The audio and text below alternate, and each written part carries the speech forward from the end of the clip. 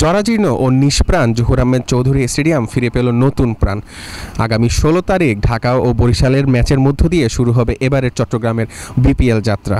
এবারের বিপিএলে মাঠে দুটি কর্নার রাখা হয়েছে, একটি হচ্ছে শহীদ মুগ্ধ কর্নার এবং আরেকটি হচ্ছে শহীদ আবু সাইদ কর্নার। মাঠে চলছে শেষ মুহূর্তের প্রস্তুতি। আগামী 16 তারিখ ঢাকা বরিশালের ম্যাচের মধ্য দিয়ে যাত্রা শুরু হবে এবারের বিপিএলের চট্টগ্রামের আসর। নানান রকম সাজসজ্জার মধ্য দিয়ে চলছে স্টেডিয়ামের প্রস্তুতি।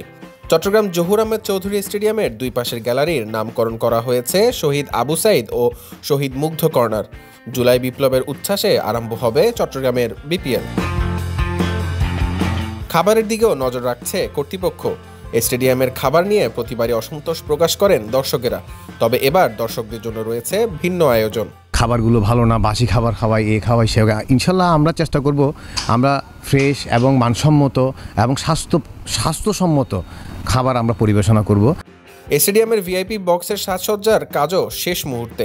ভিআইপি বক্স সহ প্রেস বক্স এবং পুরো গ্যালারি সাজানো হয়েছে নতুনভাবে। দিনরাত কাজ করছে শ্রমিকেরা। কাজ শেষে কর্তৃপক্ষ সুন্দর ও উপভোগ্য বিপিএল ম্যাচ উপহার দিতে পারবেন দর্শকদের।